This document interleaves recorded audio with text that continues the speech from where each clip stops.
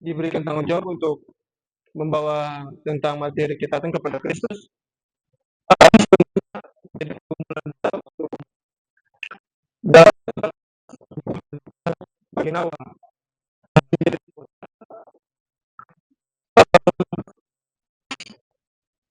sungguh-sungguh bertumbuh dalam ketaatan. Dalam kondisi masih menjadi pertobatan baru, waktu PA seringkali uh, membohongi pemimpin soal tentang PA dan sebagainya. Dan ini menjadi pergumulan beta waktu itu. Dan menjadi bertanggung jawab ini, beta bertanya ke diri sendiri, Tuhan, apakah beta sanggup untuk membawa materi yang seberat ini sebenarnya? Dan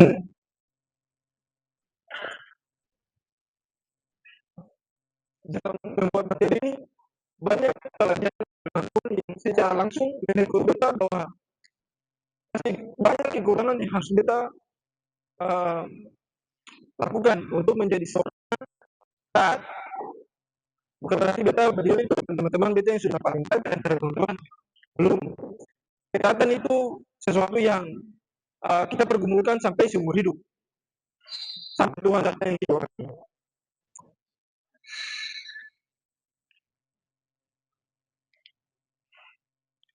Ketika teman-teman mendengar kata ketaatan, apa yang pertama kali muncul dari teman-teman? Jawab.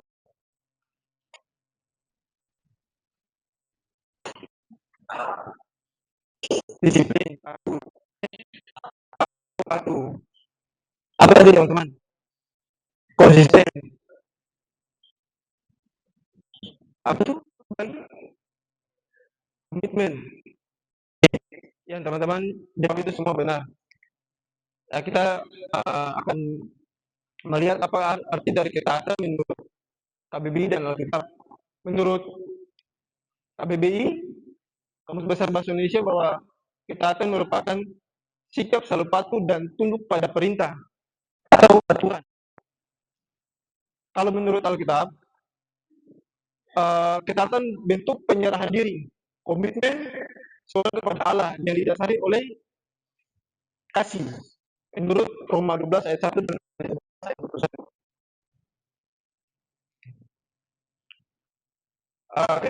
Dari ini kita diingatkan tentang seorang prajurit komandan. Kita mencari ilustrasi pengen sekali membuat menampilkan sebuah video pendek, tapi susah dan kita membuat seperti ini. Dalam kehidupan seorang prajurit, kata yang paling sering didengar adalah disiplin, loyalitas, kehormatan, dan taat. Biasanya dia militer seperti ini, atau dalam seorang prajurit dan komandan. Hal itu merupakan doktrin yang dapat membuat prajurit menjadi patuh dan taat kepada atasan, institusi, dan bisnis. Jadi ketaatan ini membuat seorang menjadi patuh terhadap atasan atau institusi. Dampak positif dari ketaatan atau dari disiplin dari yang di militer ini, itu dampak positifnya adalah seorang prajurit menjadi militan dan tidak memikirkan kepentingan sendiri. Semua yang dilakukan hanya untuk kepentingan negara, institusi, dan komandan atau menaati perintah. Orang menjadi dari ketaatan menjadi taat seperti ini. Ini kalau dari militer, mari kita lihat. Sebagai seorang Kristen, kita juga dituntut harus taat, disiplin, loyal kepada komandan kehidupan kita, itu Yesus Kristus. Kita perlu taat kepada ini, komandan kehidupan kita, yaitu Yesus Kristus. Namun saya merasakan adanya perbedaan antara militer dan kekristenan. Bedanya cuma di sini. Bedanya di sini. Kalau yang tadi dari sejarah militer, dalam militer itu karena membuat orang itu karena doktrin supaya orang taat. Tapi kalau dalam kekristenan, orang membuat seorang jadi taat karena ini. Bedanya cuma di sini, kasih. Dasar ketatan kasih. Terus jika kehidupan prajurit ketatan dilakukan secara takut, sebaliknya dalam kehidupan kekristenan ketatan dilakukan karena kasih. Tanpa kasih ketatan akan menjadi sementara, dan sebaliknya tanpa ketaatan kasih tidak dapat dipraktikkan dengan baik. Kalau teman-teman sudah taat, apakah teman-teman sudah mempunyai ini kasih? Kalau tidak punya kasih, bisa jadi kita teman-teman sekarang ini adalah sementara. Dan bisa jadi dia itu di berjalannya waktu akan menjadi redup. Dan itu karena tidak memiliki ini saja. Mungkin banyak orang lihat dia ini baik, ini taat. Kalau dia benar-benar taat, dia akan memiliki kasih kepada Kristus. Mengapa kita perlu taat? Ada yang menjawab, mengapa kita perlu taat?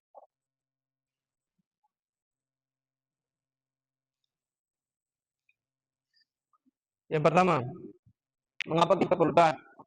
Karena Kristus telah mati bagi dosa-dosa kita.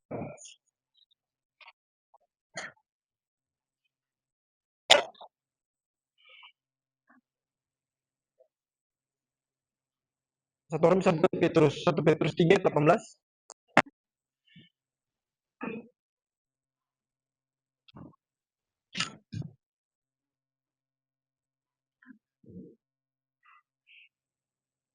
Bisa baca kuat satu orang?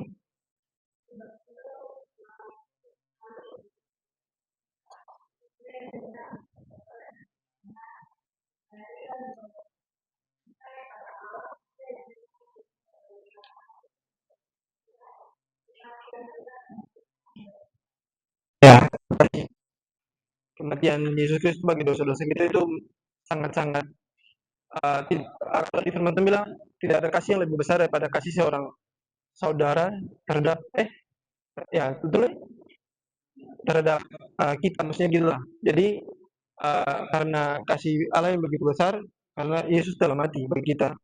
Terus dua, bukti kasih kita kepada Kristus. Dengan pengorbanan Yesus di kayu salib bagi dosa-dosa kita membuat kita menyadari bahwa kita berada di saat ini kasih karunia, dan itu membuat kita mengasihi dia lebih sungguh-sungguh lagi. Jadi kalau teman-teman menyadari, merenungkan secara pribadi begitu besar kasih Allah yang tadi di 1 Petrus tadi itu, bahwa Yesus telah mati bagi dosa-dosa kita, kita merenungkan dan kita berdoa, itu kasih karunia. Dan teman-teman hadir di saat ini di gereja ini adalah kasih karunia. Dan dasar kita lebih mengasihi karena dua ini. Kristus mati bagi kita, dan itu bukti kasih kita kepada dia. Kedua, tubuh ini adalah milik Kristus. Yesus Kristus telah membayar kita lunas dengan kematiannya di kayu salib, dan ia mau supaya kita memuliakannya dengan tubuh kita. Satu orang bisa baca 1 Korintus 6 ayat 19-20.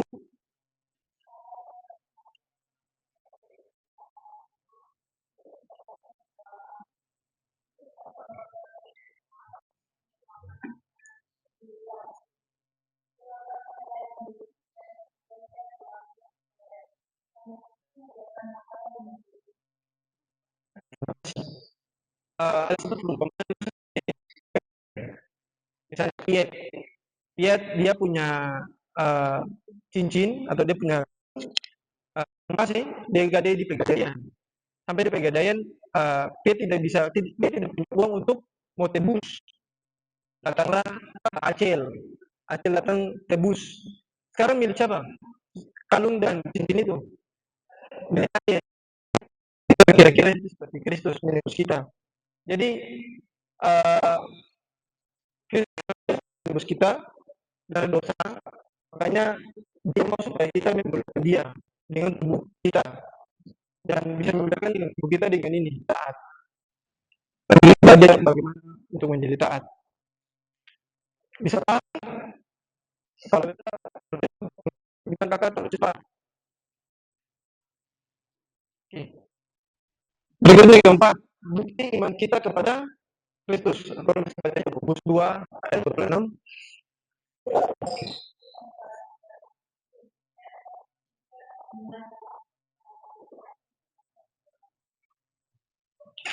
Ya.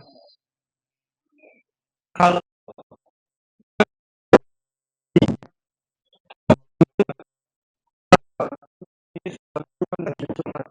kita perlu melakukan dengan perbuatan jadian kalau dengan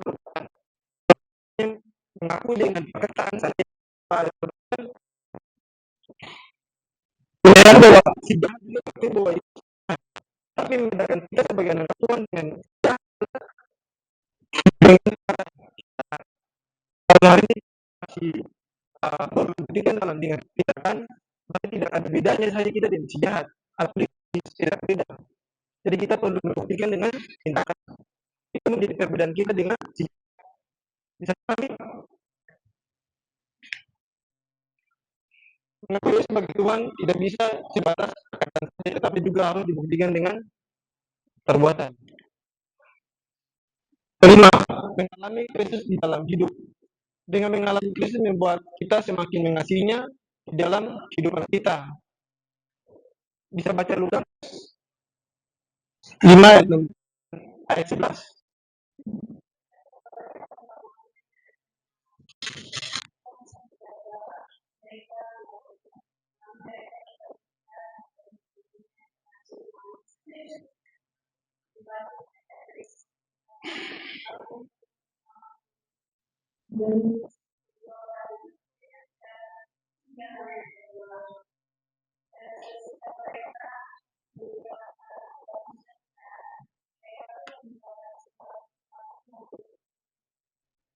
Ya. Seharian murid-murid Simon dan saudara-saudaranya membuat jala, membuat jaring. Yesus bilang, buanglah, menyeberanglah sebelah lalu buang. Yesus bilang apa? Karena kau menyuruh ikan. Karena yakin dengan penuh keyakinan bahwa ikan adalah Kristus. Bagian ayat 11, akhirnya mereka mengalami Kristus dalam diri mereka. Simon Petrus dan kawan-kawan dan saudara-saudaranya mengikuti Kristus dalam kita dan teman-teman ini.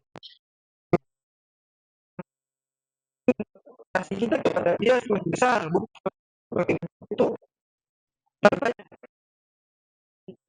itu perlu ditanyakan. Karena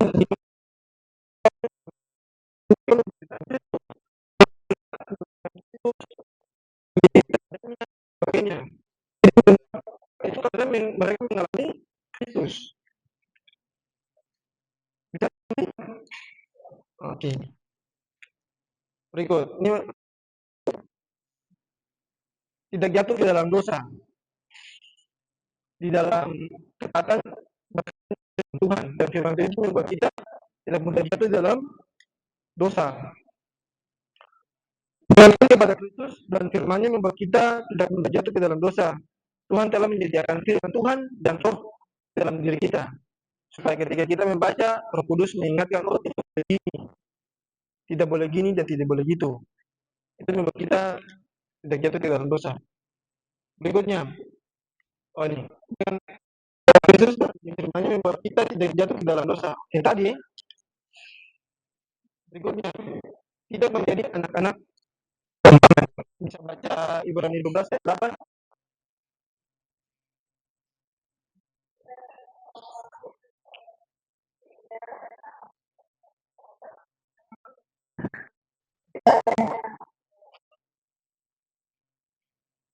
Ya, terima kasih. Ketika kita taat kepada Kristus dan firman-Nya secara tidak sadar, kita sedang melatih orang yang berkualitas. Satu kali ya, kita kuliah, kita sibuk. Kalau kita bilang pada gini, Itu cara Tuhan membentuk Ali supaya menjadi orang yang berkualitas. Jadi jangan merasa capek dengan cara Tuhan. Jangan pergi belajar 13 melakukan penginjilan, melakukan ini itu, karena itu cara Tuhan untuk membentuk kita menjadi orang-orang yang berkualitas. Oke, berikutnya tentang memperoleh jawaban doa. Yang menjadi pemisah antara kita dengan Tuhan adalah dosa kita. Dan supaya kita doa-doa kita dekat di telinga Tuhan, kita perlu taat. Jadi semakin kita taat, semakin Tuhan mengasihi kita juga. Kata Yohanes 4:1. Berikutnya, hidup dipimpin Roh. Ketidaktaatan selalu bertentangan dengan keinginan Roh Kudus. Untuk itu kita perlu taat agar Roh Kudus senantiasa memimpin kita. Kalau teman-teman kita dan teman-teman merasa bahwa akhir-akhir ini perlu taat, itu Roh di mana tuh? Itu perlu dipertanyakan. Kira-kira Roh Kudus itu di mana? Apakah kita sedang memendam dia? Karena jika Roh Kudus itu di dalam kita, berarti kita akan terus diingatkan dan diingatkan supaya menjadi seorang yang taat. Begitu juga di sebaliknya. Nah, menjadi teladan bagi orang lain. Mengapa kita perlu taat kepada Kristus supaya kita menjadi teladan bagi orang lain?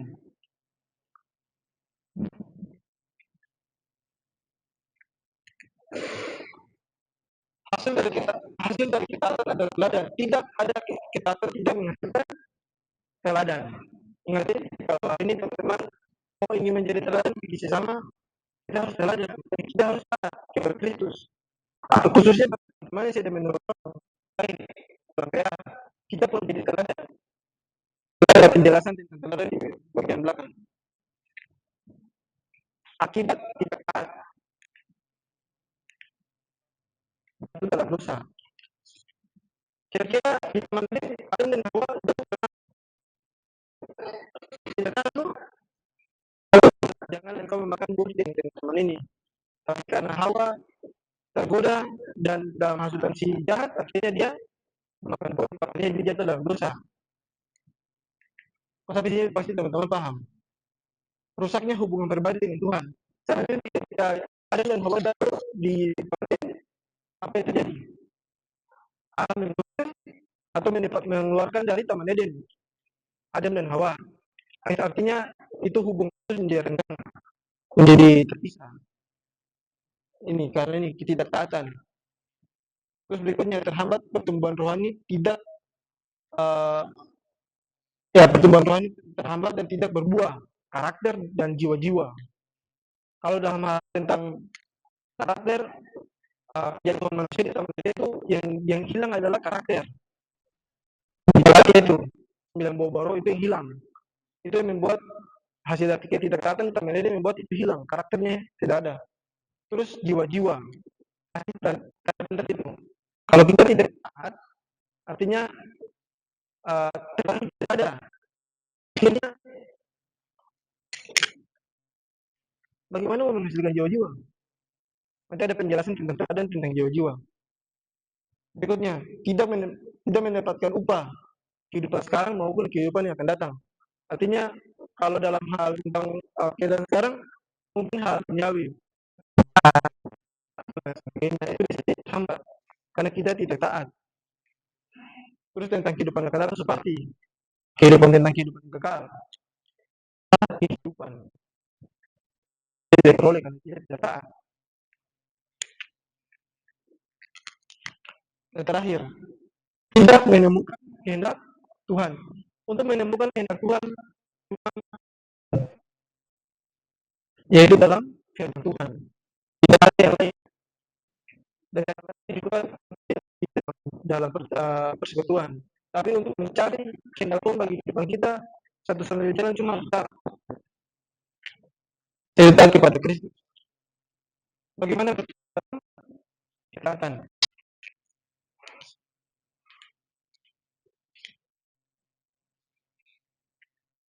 Menyangkal diri dan memikul salib. Menjadi kata-kata ini.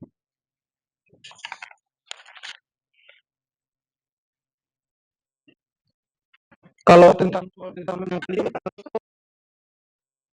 ini kan makan Tuhan dulu makan kita menyangkal diri Kristus ini cerita apa namanya di tahun 2024 itu dapat tawaran ada satu perusahaan masuk di bagian Masika Jaya di Serang bagian barat. Mungkin teman-teman bagian Serang tahu itu tawaran ini masuk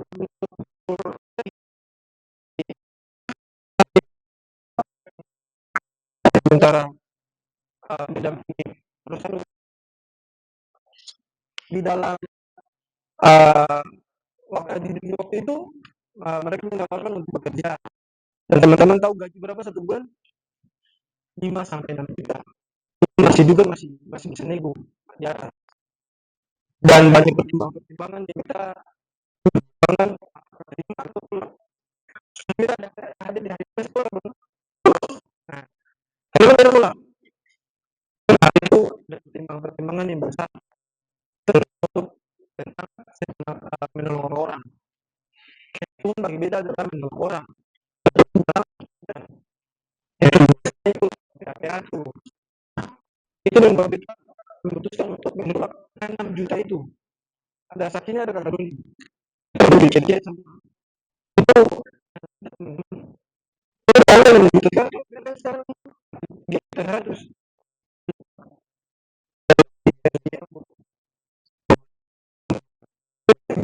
nya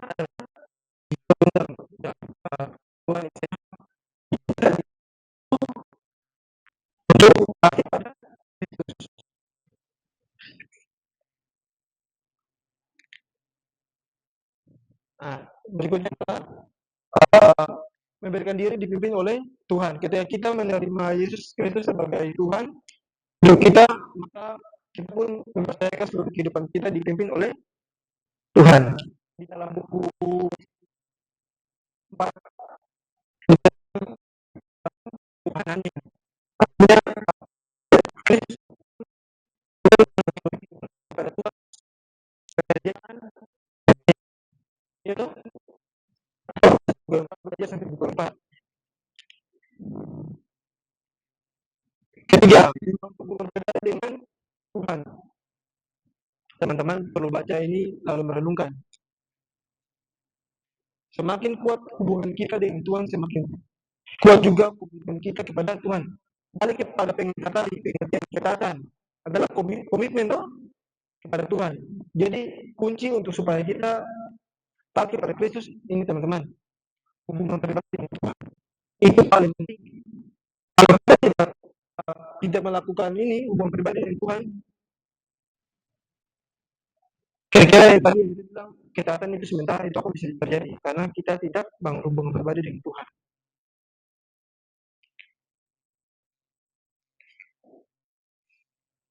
Berikutnya, dipimpin roh. Roh Kudus membantu kita untuk memahami firman Tuhan dan membantu kita untuk taat pada firman Tuhan. Berikutnya, menjadikan firman Tuhan sebagai kesukaan. Menjadikan firman Tuhan sebagai kesukaan seperti kita sedang jatuh cinta dengan seorang yang ingin terus berkomunikasi dengannya. Saya ada mau bilang, kira-kira menjadikan firman Tuhan sebagai kesukaan seperti ini. Seperti kita sedang jatuh cinta kepada seseorang. Merasakan cinta kalau punya apa kasih dong. Chat-chat dong untuk curhat-curhat dengan cewek itu seperti itulah. Jadi setiap hari mau ingin berkomunikasi dengan dia. Jadi itu gambaran ketika kita mengasihi atau itulah gambaran bila kita jatuh cinta kepada Kristus. Kita terus ingin mau berkomunikasi dengan dia, membaca firman Tuhan, mendengar suara dia.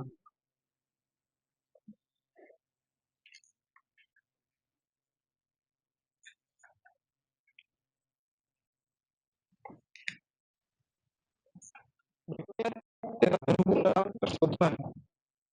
Dan berada dalam persekutuan membuat kita dapat mengetahui apa kehendak Tuhan bagi kita. Tadi kita bilang, kehendak Tuhan sepertinya ada dalam firman Tuhan. Jadi kita menemukan juga di sini dalam persekutuan. Persekutuan kan membahas firman Tuhan, belajar firman Tuhan. Jadi untuk menemukan kehendak Tuhan bagi kehidupan kita, kita perlu bertemu dalam persekutuan yang sehat. Untuk awal PA, beta banyak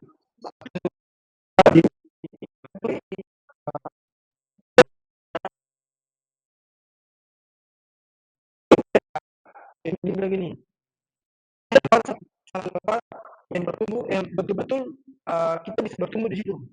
Dan kita memilih untuk bertumbuh dalam pemberitaan. Itu membuat kita bertumbuh di situ. Tapi tetap kita pergi pada uni, pergi angkatan muda, pergi saja. Tapi kita memfokuskan diri untuk bertumbuh dalam pemberitaan. Ini yang paling penting. Memiliki tujuan hidup yang jelas. Dia memiliki tujuan hidup yang jelas sangat membantu kita untuk mengetahui mana yang sebenarnya menjadi prioritas kita. Pertanyaannya, apa tujuan hidup teman-teman? Karena ini mempengaruhi nanti kita kepada Kristus. Kalau teman-teman belum mempunyai tujuan hidup, berdoa kepada Tuhan supaya memberitakan itu dalam firman Tuhan, apa tujuan hidup kita. Itu perlu tanya ke Tuhan dalam doa. Baca dari ketaatan, kita menemukan dua tokoh dalam perjanjian lama dan baru tentang ketaatan. Yang pertama adalah Abraham. Dalam Kejadian 12 itu menyatakan di mana Allah Tuhan berfirman kepada Abraham untuk meninggalkan keluarganya, betul ya? Dan untuk pergi ke tanah Kanaan. Dari Abraham kita belajar tetap taat kepada perintah Tuhan tanpa mengetahui kemana ia akan pergi. Nanti ayat berikutnya baru Tuhan memberitakan memberitahukan kepada Abraham bahwa ini adalah tanah Kanaan. Tapi waktu perintah itu jatuh di ini ayat 1 dan 4 itu belum ada kata tanah Kanaan di situ. Tapi tunggu waktu baru Allah berfirman kepada Abraham bahwa inilah tanah Kanaan. Bahwa ia akan memberikan kepada dia, kepada Abraham. Jadi belajar dari Abraham, pokoknya taat saja, entah Tuhan mau bawa kemana, taat saja. Kedua, rela meninggalkan zona nyaman demi ketaatan kepada perintah Tuhan. Rela meninggalkan keluarga besarnya dengan kekayaan yang dimiliki. Kalau beta melihat latar belakang dari Abraham itu dia pengembala. Dalam perjanjian lama, pengembala itu orang yang pada kaya. Dunia sekarang kan pengembala itu orang tua tuh. Kalau dalam perjanjian lama, pengembala itu orang-orang yang kaya. Mempunyai domba, mempunyai segala macam. Mempunyai binatang ternak. Kedua, Rasul Paulus. Dalam Kisah Para Rasul 9 ayat 3 sampai 6 dan ayat 15 ini menceritakan tentang Paulus bertemu dengan Yesus di jalan menuju ke Damsyik. Betul ya? Nah, itu bagaimana Paulus bertemu dengan Yesus. Dalam pertemuan itu Paulus diminta untuk Tuhan untuk masuk ke dalam kota Damsyik. Nanti bertemu dengan Ananias. Dalam kondisi mata yang tidak bisa melihat, ia memaksakan diri untuk masuk ke kota Damsyik sesuai dengan perintah Tuhan, taat. Ia meninggalkan semua kenyamanannya. Pada saat itu dia taat Taurat. Dan dalam zona nyamannya itu bisa jadi kan pada saat itu tidak keadaan itu tidak kenapa. Pokoknya di rumah dulu enak-enak juga aman. Tapi ketika dia mengaku Yesus sebagai Tuhan, dia menderita demi Injil. Aman tuh. Waktu sebelum dia menerima Yesus sebagai Tuhan, aman. Pas ketika dia terima Tuhan, dia menderita demi Injil, taat kepada perintah Tuhan. Ini dari Paulus. Banyak tokoh yang belajar tentang ketaatan. Cuman yang kita lihat, yang selama ini kita bertemu, kita melihat Abraham dan Rasul Paulus. Ini berkat ketaatan. Memperoleh kehidupan yang Satu orang kita baca Yohanes 36 ayat 3 ayat 36.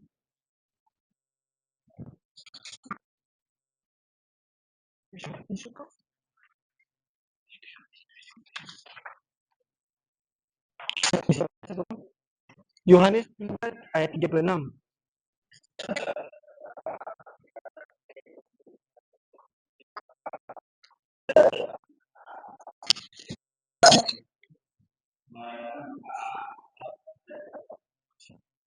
Ya, terima kasih. Di situ dibilang bahwa barang siapa tidak taat, ia tidak melihat hidup toh. Jadi kalau kita taat, kita memperoleh dan yang kekal. Ini firman Tuhan yang kita bukan kita ya. Menjadi sahabat Kristus. Satu orang bisa baca Yohanes 14 ayat 15 ayat 14.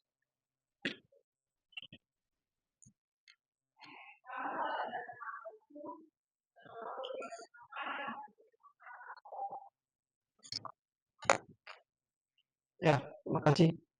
Di situ bilang seorang sahabat itu ia mengetahui uh, apa yang Yesus lakukan. Jadi kita disebut sebagai sahabat.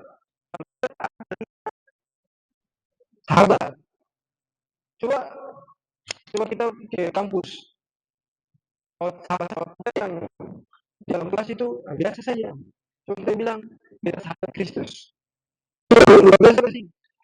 Luar biasa. Kalau teman-teman kayak gitu berarti kita ada Kristus. Kita dari Tuhan. Maka kita disebut sahabat.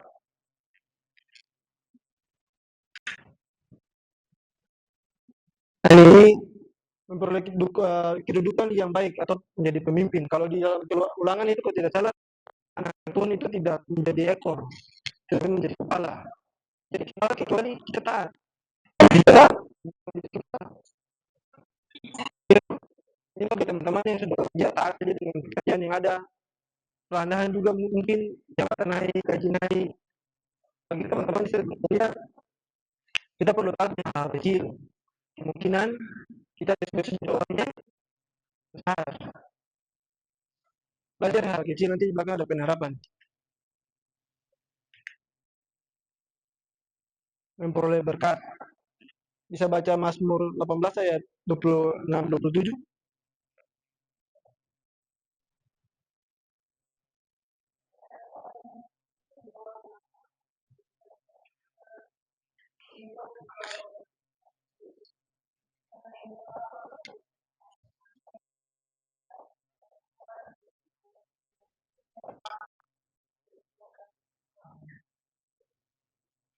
Ya, di situ belajar tentang apa yang kita taburi. Tuhan akan memberikan berkat kepada orang-orang yang taat ke depan, dapat juga berdasarkan apa yang kita tabur. Nah, ini teman-teman. Apa kita taat? Yang pertama, jika kita taat, kita berbuah, yaitu karakter yang pertama yang tadi sudah menjadi hilang tuh, boboro. Karakter kita ada kasih sosial dan sebagainya itu 9 boro. Kedua, jika kita taat, kita menjadi teladan. Menjadi teladan sama. Keluarga kita, teman kampus, yang sedang orang teladan. Ini bagi anak-anak ya. Terus apabila kita taat, kita berdampak lingkungan. Kita berdampak bagi lingkungan. Jadi ini itu teman-teman harus ingat ini tentang apabila kita taat. Apa halangan dan tantangannya? Halangan. Tidak bersedia meninggalkan dosa maupun zona nyaman.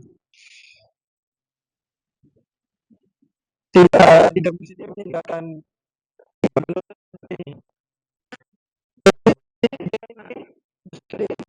Tapi bersedia karena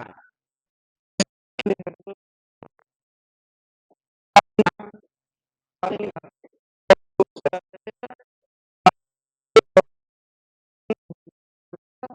dia begini.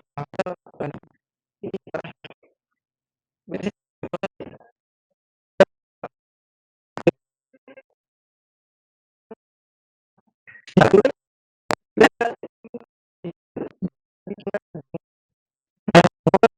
meninggalkan kenikmatan dosa karena terlalu enak, nyaman. Nah, apa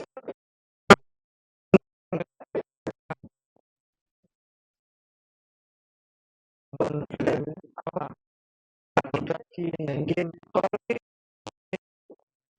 Nah itu sekarang ini sebenarnya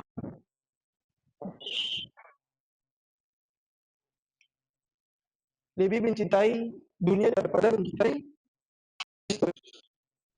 Padahal kita berjumpa kita dengan berhala. Itu berhala.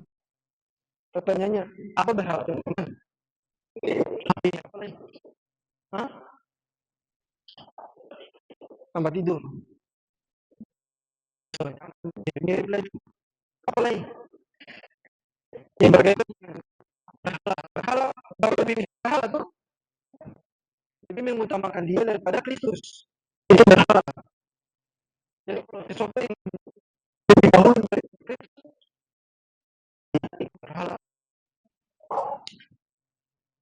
Pergaulan yang buruk. Ini salah satu hal adalah pergaulan buruk.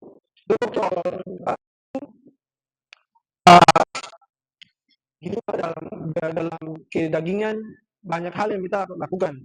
Salah satunya adalah mabuk. Orang mabuk itu dong punya banyak teman. Banyak teman sekali. Siapa yang sini pernah kalau pernah terjun dalam bukan terjun tergabung dalam hal begitu pasti punya teman banyak. Betul tuh? Syukur kalau teman-teman yang pernah mengalami itu. Puji Tuhan. Dulu itu teman banyak sekali. Teman paling banyak. Dan itu semua pergaulan yang buruk, tidak sehat. Dan itu membuat beta secara pribadi tidak taat kepada Kristus. Makanya tadi awal beta bilang tuh, pergumulan besar tentang ketatan ini. Karena pergaulan yang buruk sekali. Pergi mabuk, tapi sampai pesta cuma mabuk saja. Mabuk dan sebagainya. Itu membuat beta tidak taat kepada Kristus. Dan ini menjadi pergumulan besar. Bergumul tentang pergaulan, kita tidak diminta untuk meninggalkan persekutuan atau kelompok-kelompok yang membuat kita tidak bertumbuh. Atau pergaulan tidak dianjurkan untuk meninggalkan, tapi menjauhkan, bukan meninggalkan. Nanti kalau teman-teman sudah kuat, baru teman-teman kembali lagi untuk mempengaruhi itu teman-teman bergaul. Yang ini, sabar. Kenapa ini? Berdampak. Karena teladan. Jadi kalau teman-teman tergabung dalam persekutuan itu atau pergaulan itu, teman-teman kalau sudah kuat, sudah menang di atas dosa itu, teman-teman kembalilah kepada persekutuan itu, kelompok itu, supaya teman-teman mempengaruhi mereka untuk menerima Kristus, menceritakan Kristus kepada dong. Itu tujuannya.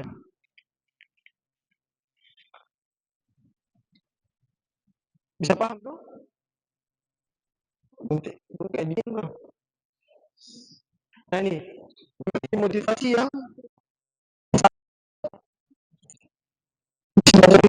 tiga hal ini perlu ditekankan. Jadi yang baca suara besar kan? Filipi 2 ayat 3.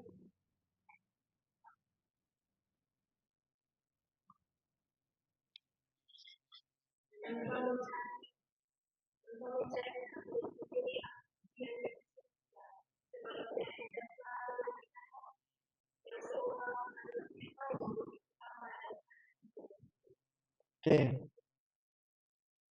Mencari di sini mencari kepentingan, ada kepentingan pribadi dan pujian yang sia-sia.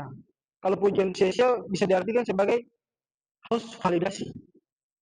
Jadi kalau teman-teman, kita dan teman-teman ini tentang halangan ini, itu motivasi yang salah.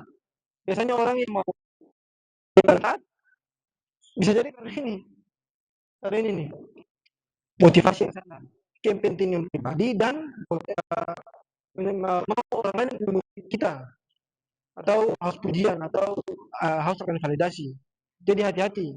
Kalau kita sudah mempunyai motivasi yang soal tentang dua tadi itu, kepentingan pribadi dan harus validasi, itu hati-hati, tinggalkan dia.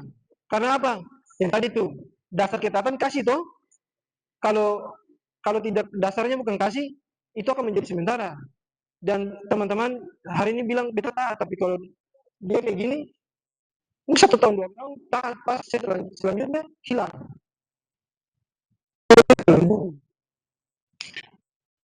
Dan terakhir, tidak rela membayar harga. Dalam hal pemuritan, kita menyadari bahwa dalam pemuritan itu harganya paling besar. Paling besar. Waktu, tenaga, semua banyak. Waktu, stamina, kapasitas, dalam pemuritan. Pasti teman-teman yang sudah menolong orang pasti merasakan itu. Banyak. Dan juga teman-teman yang sudah tergabung dalam kelompok PA, yang belum tergabung dalam kelompok PA, katakan, oh, puji Tuhan, semua tergabung. Dalam kelompok PA berarti kita meluangkan waktu untuk belajar firman Tuhan, itu kan harga yang perlu dibayar. Ketika teman-teman bilang kata, mari kita pergi piknik, sementara ada jadwal PA, tamang jemar beta ada jadwal PA. Ada itu kan ada refreshing, tapi kita memilih untuk PA, berarti harga yang dibayar adalah yang tadi tuh, refreshing di piknik. Itu harga yang kita bayar. Kalau dalam pemberitaan, yang tadi tuh, yang sudah tonton orang, waktu, stamina, kapasitas, uang, semua. Dan salah satu hal yang membuat salah satu hal yang membuat orang tidak tidak mengambil bagian dalam pemuritan adalah harga yang begitu besar. Saya mau tanya ke teman-teman yang sudah menolong orang, apakah pemuritan itu gampang? Gampang sih, berat tuh. Nah itu harganya besar, makanya sing semua orang mengambil bagian dalam pemuritan. Bisa pada kecuali tadi itu kasih, mengasihi Kristus. Tantangan. Yang pertama, siap menjalani segala halangan atau masalah atau cobaan.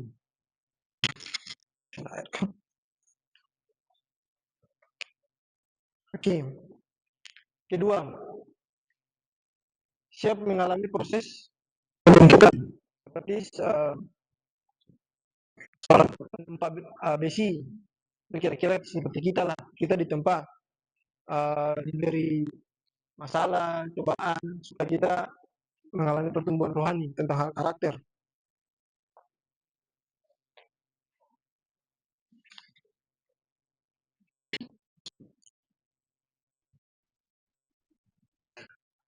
Di bagian pembentukan ini biasanya Tuhan akan membentuk kita dengan mengizinkan masalah terjadi dalam hidup supaya kita dibentuk sesuai dengan kehendak Tuhan.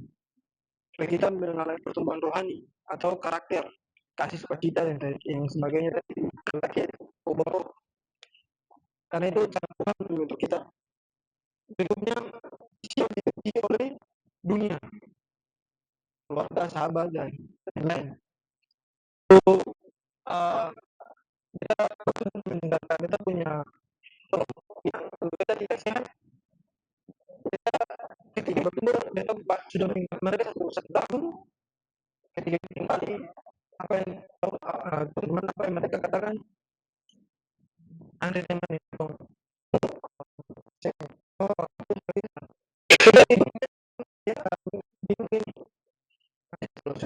saya terlalu ini sebelumnya orang beta sebagai orang yang baik, suci, ada juga kita masih.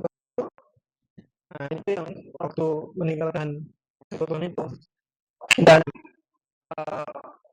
banyak hal lain yang ketika itu bertumbuh, banyak di banyak orang bilang bahwa kita seperti seorang yang apa ya, uh, tidak punya dibenci, bukan berarti kita membuat rusuh di karena kita orang benci itu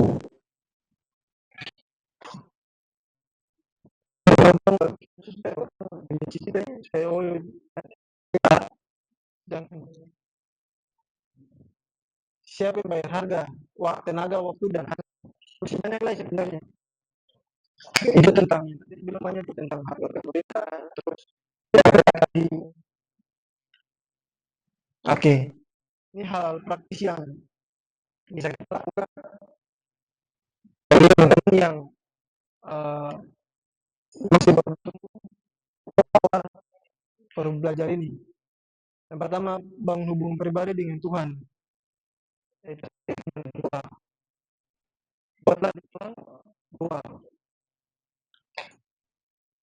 Tadi kakak Yesus sudah bilang tuh, doa jadwal dua.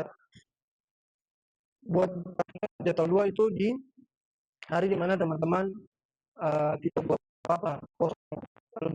Pastikan kita berdoa dengan taat. Terus kedua adalah belajar hal kecil. Salah satu contoh belajar hal kecil, uh,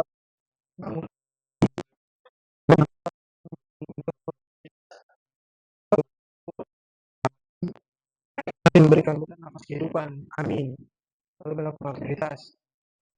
Lalu kalau tidak sibuk, baca firman Tuhan saat teduh. Sibuk. Kalau sibuk, pastikan cari waktu kosong untuk baca firman Tuhan. Di mana saja. Kalau di kampus dosen sing masuk, buka aplikasi di HP, kitab, lalu baca satu dua firman Tuhan. Kakak menjalankan yang awal-awal mau belajar saya itu baca pasal dan maksimum tentang nasihat itu mengawal di kitab itu. Lalu belajar satu ayat dari satu ayat, penerapan selesai. Besoknya gitu lagi.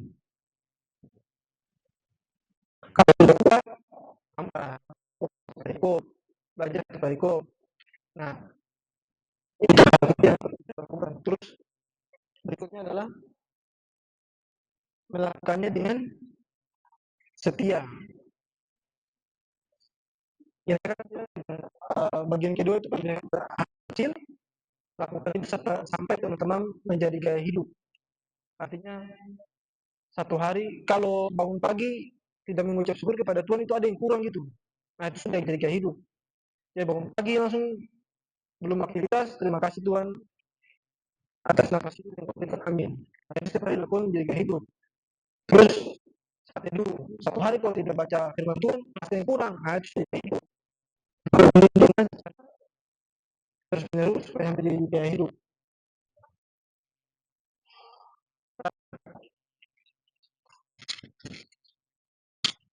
Dalam Timotius 2, ikutlah menderita sebagai seorang prajurit yang baik dari Yesus Kristus.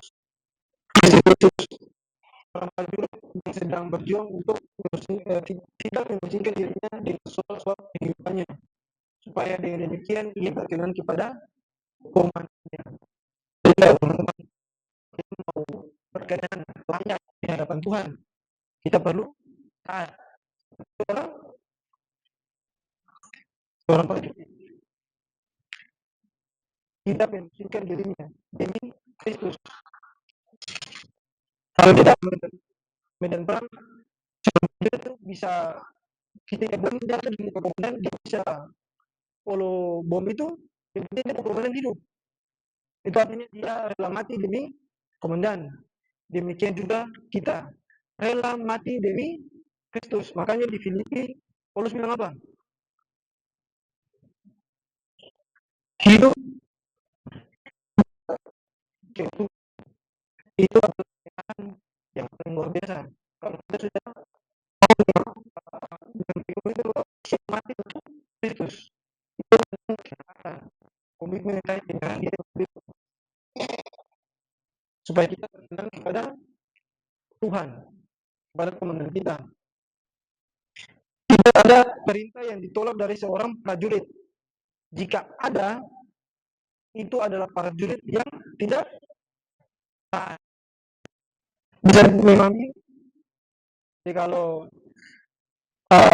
kita jadi seorang prajurit, kita harus taat kepada komandan kita. Kalau tidak, berarti kita tidak taat.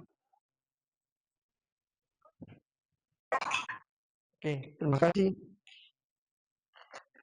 Yesus memberkati kita semua. Shalom, panas sih.